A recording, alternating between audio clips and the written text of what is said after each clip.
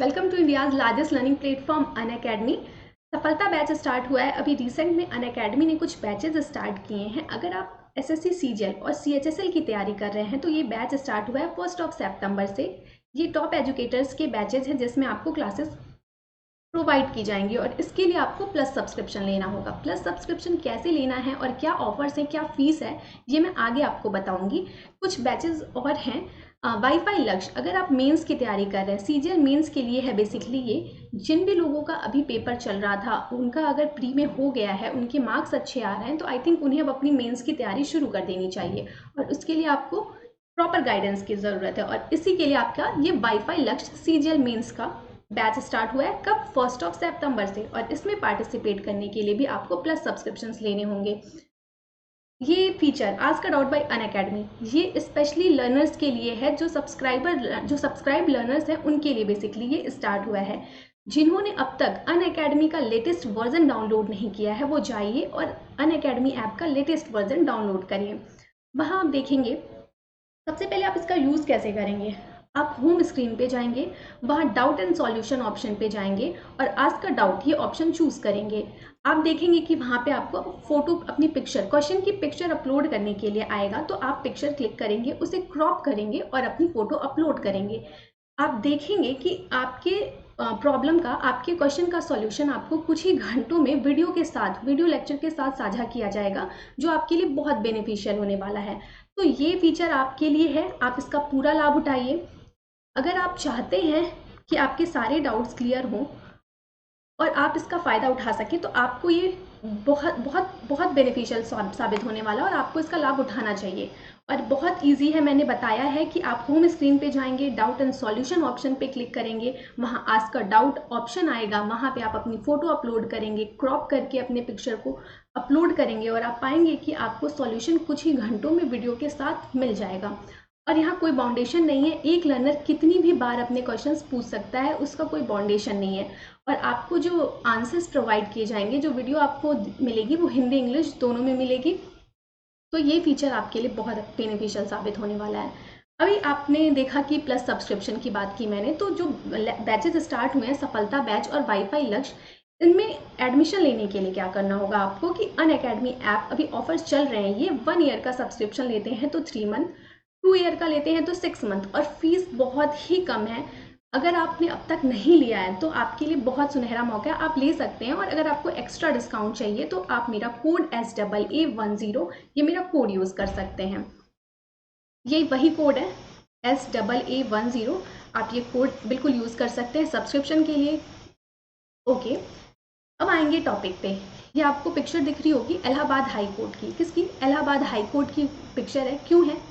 Allahabad high court ने अभी एक घोषणा की है, या यूं कहिए एक सुझाव दिया है। क्या दिया है? इलाहाबाद हाई कोर्ट ने कहा है कि केंद्र सरकार को संसद में विधेयक लाकर क्या करना चाहिए, गाय को राष्ट्रीय पशु घोषित करना होगा। क्यों कहा है ऐसा? गाय को राष्ट्रीय पशु घोषित करने की बात क्यों कही है, इस पे हम बात करेंगे। देखिए क्या किया है, declare cow the national animal says Allahabad high court. Allahabad high court ने कहा है कि गाय को राष्ट्रीय पशु घोषित करना होगा। क्यों? देखिए एक मामला था। क्या मामला था, हम आगे ये भी देखेंगे डिटेल में। मामला ये है कि संभल की जावेद, कौन है? मामला है संभल की जावेद का, जिन्होंने याचिका दी थी। किस लिए?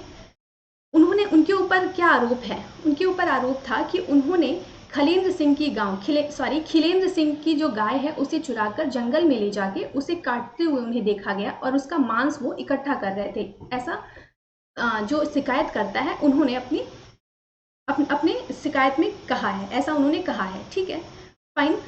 अब इसके बाद इन्होंने याचिका दी थी जमानत के लिए।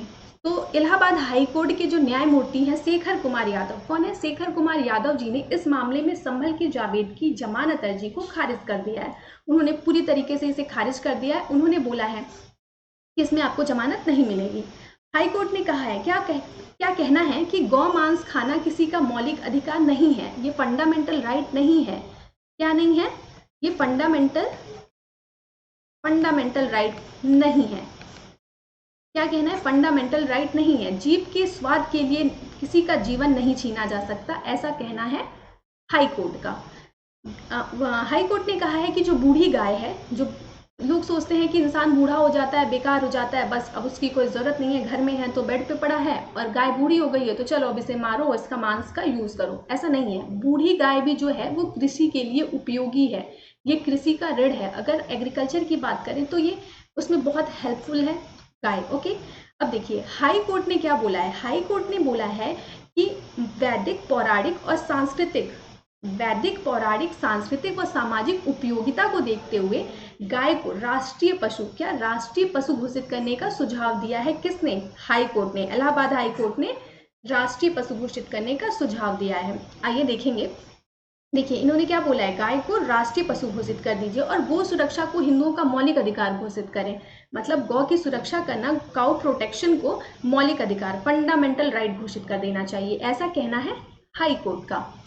इलाहाबाद देखिए, आप देखेंगे यहाँ लिखा है, इलाहाबाद हाई कोर्ट के न्यायमूर्ति शेखर कुमार यादव ने एक मामले में संभल के जावेद की जमानत अर्जी को खारिज कर दिया है। हाई कोर्ट ने क्या कहा है कि गौ मांस खाना या उसे मारना किसी का मौलिक अधिकार नहीं है। जीवन का अधिकार जीव के स्वाद के लिए नहीं छीना जा सकता। और हम क्या कर रहे हैं, गौ हत्या करके अपने जीव के स्वाद के लिए क्या कर रहे हैं, किसी का जीवन ही तो छीन रहे हैं। बूढ़ी गाय कृषि के लिए उपयोगी है, बूढ़ी बीमार गाय भी कृषि के लिए उपयोगी है, ऐसा कहना है हाई कोर्ट का। वही बात है जो मैंने आपको बताई है। हाई कोर्ट ने वैदिक पौराणिक सांस्कृतिक महत्व व सामाजिक उपयोगिता को देखते हुए गाय को राष्ट्रीय पशु घोषित करने का सुझाव दिया है। क्या दिया है? सुझाव दिया है। ओके, नेक्स्ट है, वही बात है कि court wants cow protection to be fundamental right. उन्होंने बोला है कि फंडामेंटल राइट्स हो जाना चाहिए ये।